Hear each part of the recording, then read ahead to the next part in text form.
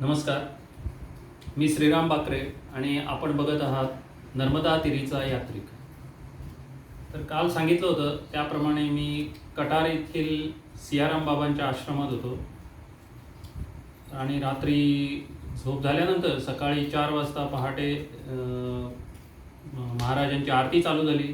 आम्ही सगळे परिक्रमावासी उठलो, खाली नर्मदा मैयावर गेलो आणि स्नान केलं. पहाटे 4 वाजता 5:30 पर्यंत त्यांची पूजा वगैरे सर्व आटोपली. आम्ही परत आलो आणि स्नान संध्या सगळं झाल्यानंतर महाराजांनी आम्हाला चहा दिला. तिकडे सगळ्यांनी चहा वगैरे घेतला. महाराजांना दंडवत केला आणि आम्ही तिथूनच 5:30 वाजता चालण्यास सुरुवात केली. बहुतेक वेळा असंच होतं की लवकर स्नान करावं लागतं आणि ते सुद्धा मैयात जाऊन स्नान करावं, किंवा मैया जर दूर असेल तर मग जिथे काही विहीर असेल किंवा हँडपंप असतात बहुतेक वेळा मध्य प्रदेश वगैरे या ठिकाणी, तर हँडपंपचं गार पाणी घेऊनच आंघोळ करावी लागते. गरम पाण्याने आंघोळ करायची नसते. तसंच आपण जेव्हा स्नान करतो मैयात सुद्धा तिथे साबण वगैरे काही लावायचा नसतो, आपल्याला लावायचा नसतो. जरी आपल्याला सवय असली तरी ती आपण बंद करावी सवय, आणि फक्त कपड्यांना लावला तर चालतो. पण ते सुद्धा मैयात जाऊन कपडे साबणाचे धुवायचे नाहीत, तर ते मैयाच्या जरा वर किनारी असे कपडे धुवावेत आपले. तर अशा तऱ्हेने सगळ्यांना प्रणाम केला आणि आम्ही तिथून निघालो तर कटारहून मग टोकसर आणि टोकसरहून गौतम ऋषींचा आश्रम, असे प्रत्येक आश्रम भेटत जातात. तिथे थोडा वेळ थांबलो. तिथे परत दुसरे महाराज होते, त्यांनी थोडा बालभोग वगैरे दिला आणि अशा तऱ्हेने सगळे आम्ही सगळे म्हणजे बरेचसे परिक्रमावासी 20-1 जण आम्ही बरोबर होतो त्यावेळी. आणि नंतर काय झालं की असेच आश्रम आपल्याला भेटत राहतात की थोडीकडे गौतम ऋषींनी तपस्या केलेली आहे, थोडीकडे मांडव्य ऋषींनी तपस्या केलेली आहे, कुठे चवन ऋषींनी तपस्या केली. सगळ्या आश्रमांना भेट देत देत ही परिक्रमा पूर्ण करायची असते.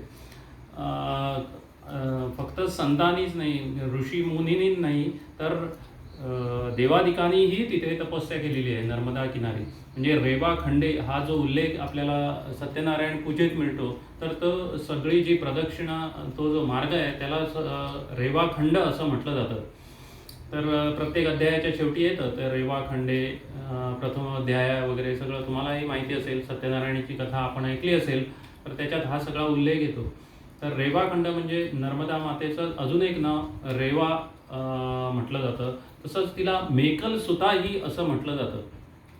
तर नर्मदेचा उगम अमरकंटक इथे झालेला आहे आणि असं म्हटलं जातं की ही नर्मदा नदी किंवा मैया ही निर्माण कशी झाली, तर ती कोणी सांगतात की शिवाच्या हास्यातून तिचं निर्मिती झाली. शिवाच्या हास्यातून.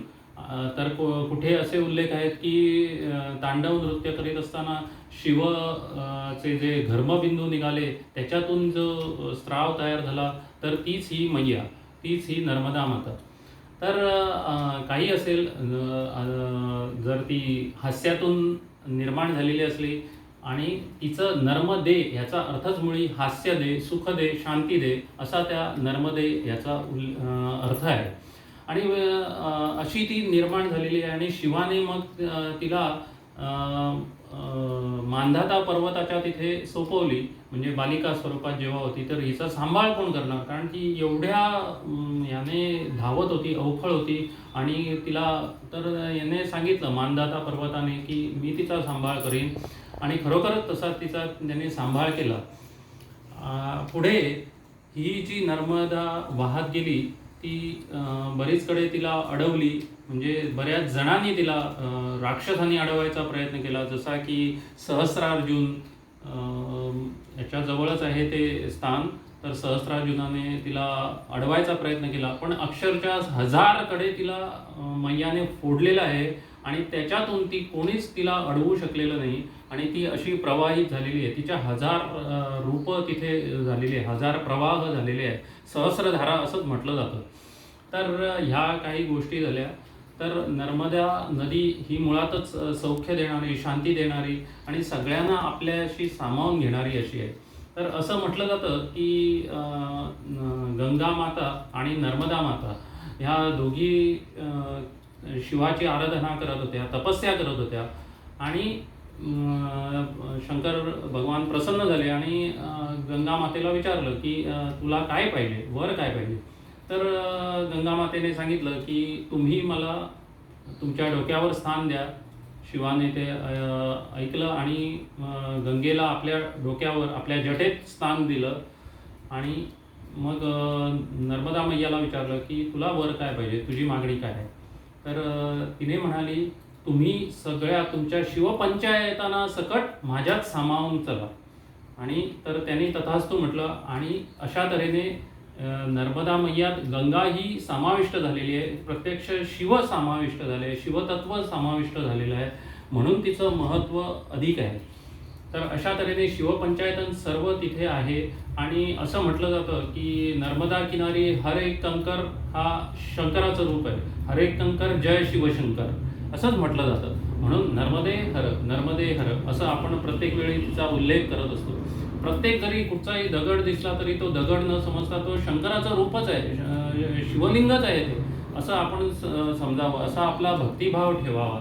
आणि सर्व ऋषीमुनींनी अजूनही तिथे तपस्या चालू आहे. असं म्हटलं जातं की एवढ्या दाटीवाटीने ते ऋषीमुनी राक्षस असू देव असू तिथे तपस्या करतायत की अजूनही त्यांची तपस्या चालू आहे, की प्रत्यक्ष कमंडलू चिकटलेले आहे. म्हणजे एवढी गर्दी झालेली आहे तिथे की कमंडलू ठेवायला सुद्धा जागा नाही आहे आणि सगळे कमंडलू असे एकमेकांना चिकटून आहेत. म्हणजे तेवढ्या दाटीवाटीने सगळे ऋषीमुनी, सुरनर किन्नर गंधर्व सगळे ते तपस्या करत आहेत आणि त्याच्या स्थानं पण तिथे आहेत. आपल्याला रावणाने तिथे तपस्या केलेली ते स्थान भेटतं, मेघनादाने तपस्या केलेली ते मिळतं. मग च्यवन ऋषी असो, मांडव्य ऋषी, प्रत्यक्ष कुबेराने तिथे तपस्या केलेली आहे नर्मदा किनारी. तर कुबेराची तर 3-4 स्थानं सांगितली जातात. तर मला असं पहिल्यांदा सांगितलं इथे प्रथम कुबेराने तपस्या केली. आता मला कळेना की प्रथम कुबेर, द्वितीय कुबेर, तर तसं काय आहे काय म्हणून. तर ती स्थानं आहेत की इथे पहिल्यांदा तपस्या केली, मग थोड्या पुढे गेल्यानंतर दुसरीकडे केली, अशी 3-4 स्थानं आहेत. सूर्यदेवताने तिथे तपस्या केलेली आहे, सूर्यकुंड आहे तिथे, रामकुंड आहे. तर अशी ही सगळी स्थानं जिचं महत्त्व पुराणात सुद्धा वर्णलेलं आहे, ती अजूनही आपल्याला बघायला मिळतात. तर हे बघण्याची, आपण दर्शन घेण्याचं हे जे काम करत असतो किंवा ही परिक्रमा करत असतो, तर त्यालाच हे सगळं जोडूनच आपण ही परिक्रमा केली पाहिजे. परिक्रमा म्हणजे फक्त नुसतं चालणं नाही आहे, तर हे दर्शन घेत जाणं हीच परिक्रमा आहे.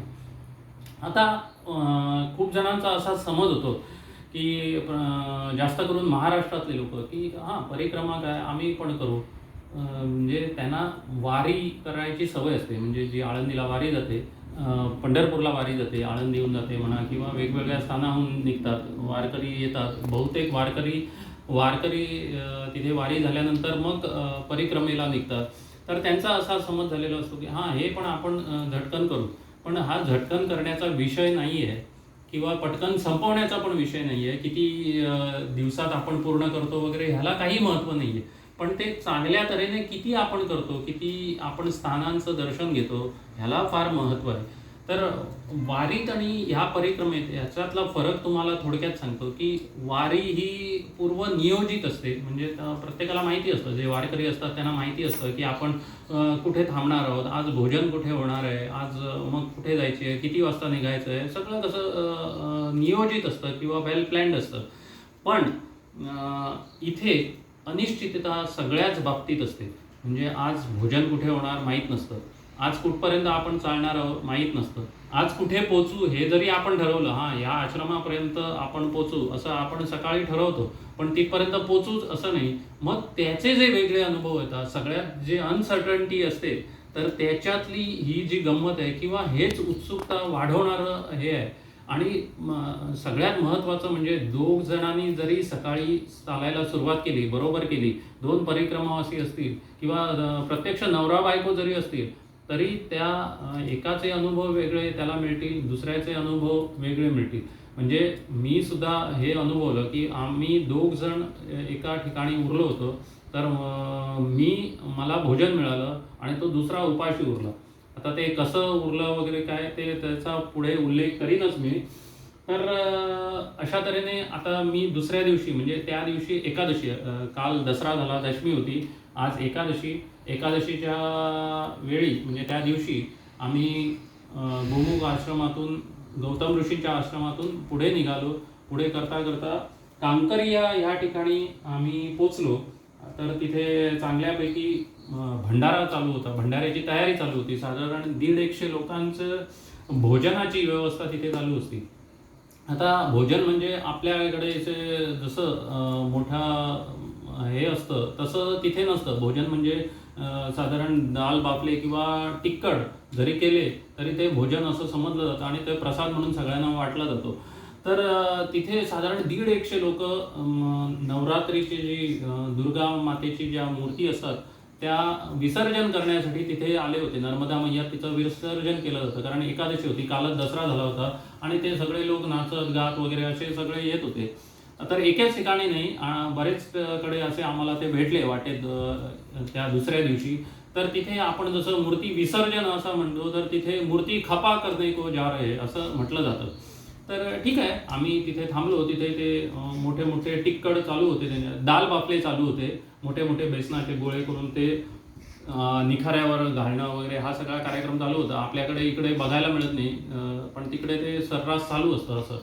तर पण असं मानलं जातं किंवा असं परिक्रमावासी शक्यतो एकादशीचा उपवास करतात.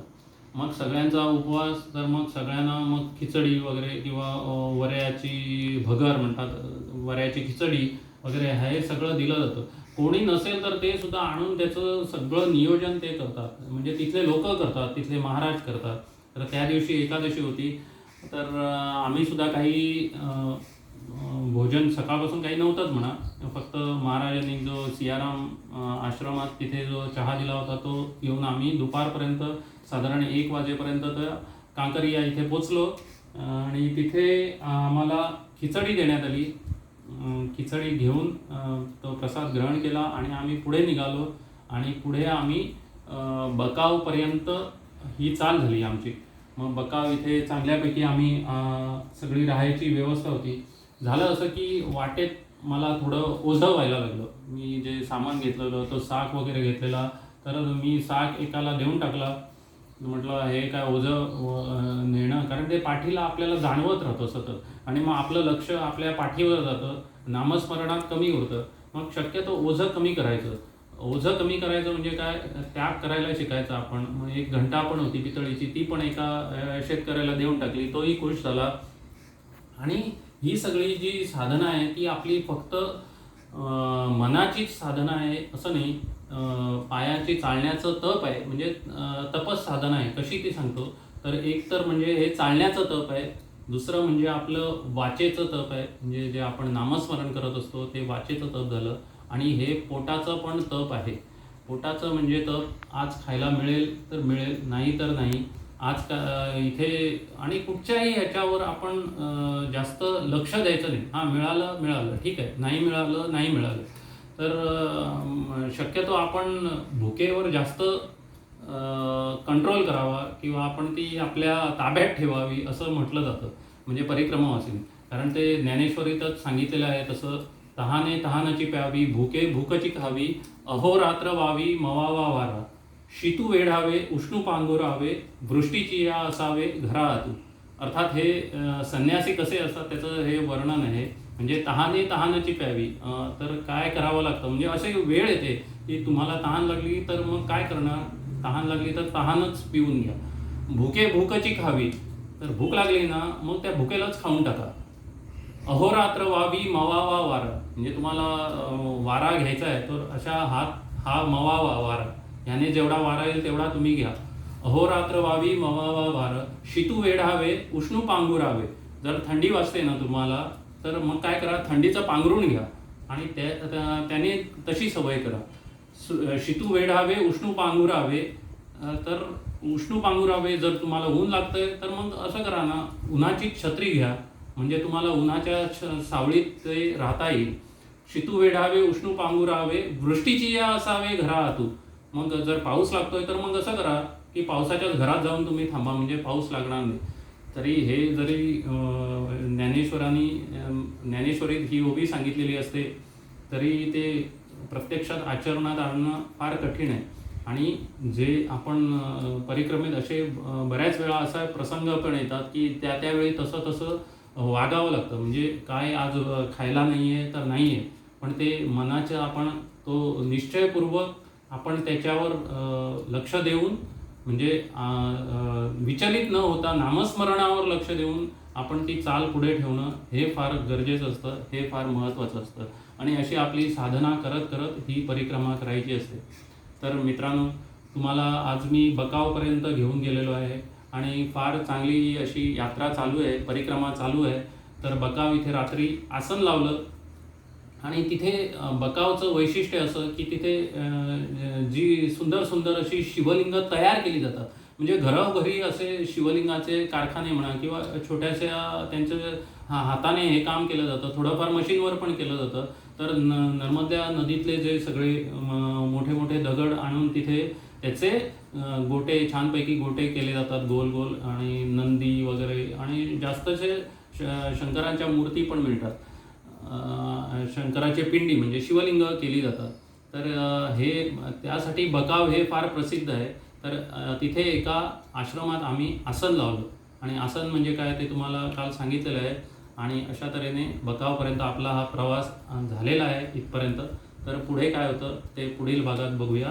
आपण बघत राहा नर्मदा तीरीचा यात्रिक. नर्मदे हर, नर्मदे हर, नर्मदे हर.